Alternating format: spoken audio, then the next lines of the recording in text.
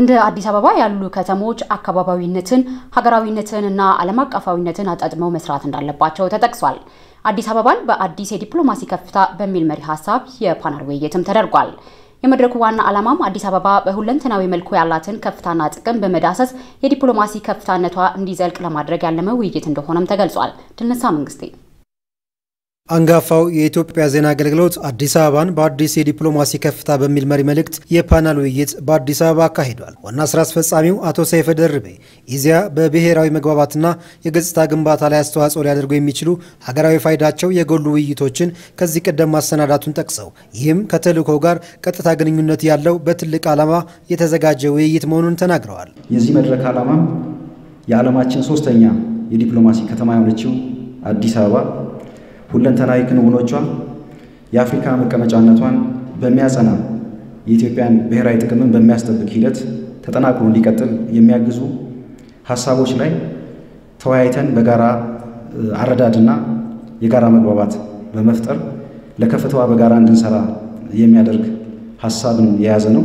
የዓለም ሶስተኛው የዲፕሎማሲ መቀመጫ የሆነችው አዲስ አበባ በርካታ ሚስዮኖች፣ ኤምባሲዎችና ዓለም አቀፍ ተቋማት የሚገኙባት እንድትሆን በየዘመኑ የነበሩ መሪዎች ጥበብ የተሞላበት ትግል ማድረጋቸውን ያወሱት የምክትል ጠቅላይ ሚኒስትርና የውጭ ጉዳይ ሚኒስትሩ ተወካይ አምባሳደር እሸቱ ጥላሁን ናቸው። ከተማዋን ለመሩትና እየመሩ ላሉ ሰዎች ላበረከቱት በጎ አስተዋጽኦ እውቅና መስጠት ይገባል ያሉት አምባሳደር እሸቱ የኤምባሲ ነጻ ቦታ ስጦታ በመስጠት በተለያየ ጊዜ የመጡባት ተቀናቃኞችን በልጦ ለመገኘት የተደረገው ስራ የሚበረታታና ቸርነቱ ለነዋሪውም ምቹ ሁኔታ በመፍጠር መሆን ይኖርበታል ብለዋል። ከተማችን የዲፕሎማሲ ማዕከልነቷን የሚያረጋግጠው በሁሉም የገቢ ደረጃ የሚገኙ ነዋሪዎቿ በምቹና በተረጋጋ ሁኔታ መኖር ሲችሉ በመሆኑ አጠቃላይ የመኖሪያ ቤቶች ልማት፣ ገቢያቸው ዝቅተኛ ለሆኑ የህብረተሰብ ክፍሎች የሚቀርቡ አገልግሎቶች እንዲሁም የበጎ ፈቃድ ስራዎች እና የሥራ ፈጠራዎች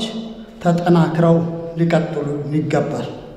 ከዚህ በተጨማሪ ሀገራችን የጀመረችው የሰላም ጎዳና ከተማችንን ለኢንቨስትመንትና ለጎብኚዎች ምቹና ተመራጭ ስለሚያደርጋት ለሚቀጥለው ውድድር መዘጋጀት ተገቢ ይሆናል።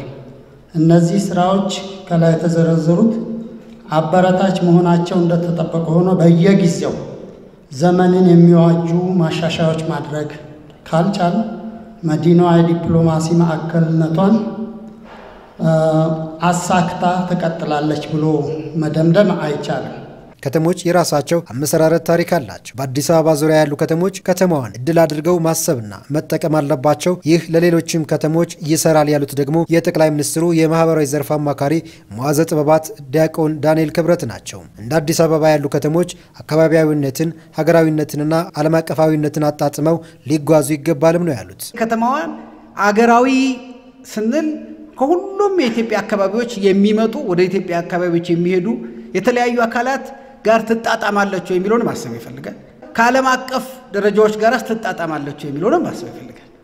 እነዚህ ሶስቱን ማጣጣም አለብን። አንዳንዴ የኛ ፖሊሲ አካባቢያዊ ሆኖ ያልቃል፣ አንዳንዱ አገርን ብቻ አስቦ ያልቃል፣ አንዳንዴ ደግሞ ውጩን ብቻ እናስበዋለን። ግን ሶስቱ መጣጣም መቻል አለባቸው። ለአዲስ አበባ ለነዋሪዎቿ እዚህ ላሉት አዲስ አበባ ወደ አዲስ አበባ ዋና ከተማችነት ለሚሉ ኢትዮጵያውያን፣ አዲስ አበባ የዲፕሎማሲ ከተማችን ናት ለሚሉ አፍሪካውያን፣ አዲስ አበባ ከዓለም የዲፕሎማሲ ከተሞች አንዷ ናት፣ ልናርፍባት፣ ልናድርባት፣ ልንሰራባት፣ ኢንቨስት ልናደርግባት ይገባል ለሚሉ ዓለም አቀፋውያን ሁሉ ምቹ መሆን አለባት። ስለዚህ ህጎቻችን፣ የከተማ ማስተር ፕላኖቻችን፣ መሰረተ ልማቶቻችን፣ አስተሳሰባችን እንኳን ሳይቀር እነዚህ ሶስቱም ማጣጣም መቻል አለባቸው። በውይይቱ የባህር ዳርና የሸገር ከተማ ከንቲባዎችን ጨምሮ ከውጭ ጉዳይ ሚኒስቴር፣ ከዲያስፖራ አገልግሎት፣ ከተለያዩ መስሪያ ቤቶችና ከመገናኛ ብዙሃንና ሌሎች ተቋማት የተገኙ ተሳታፊዎች ታድመውበታል።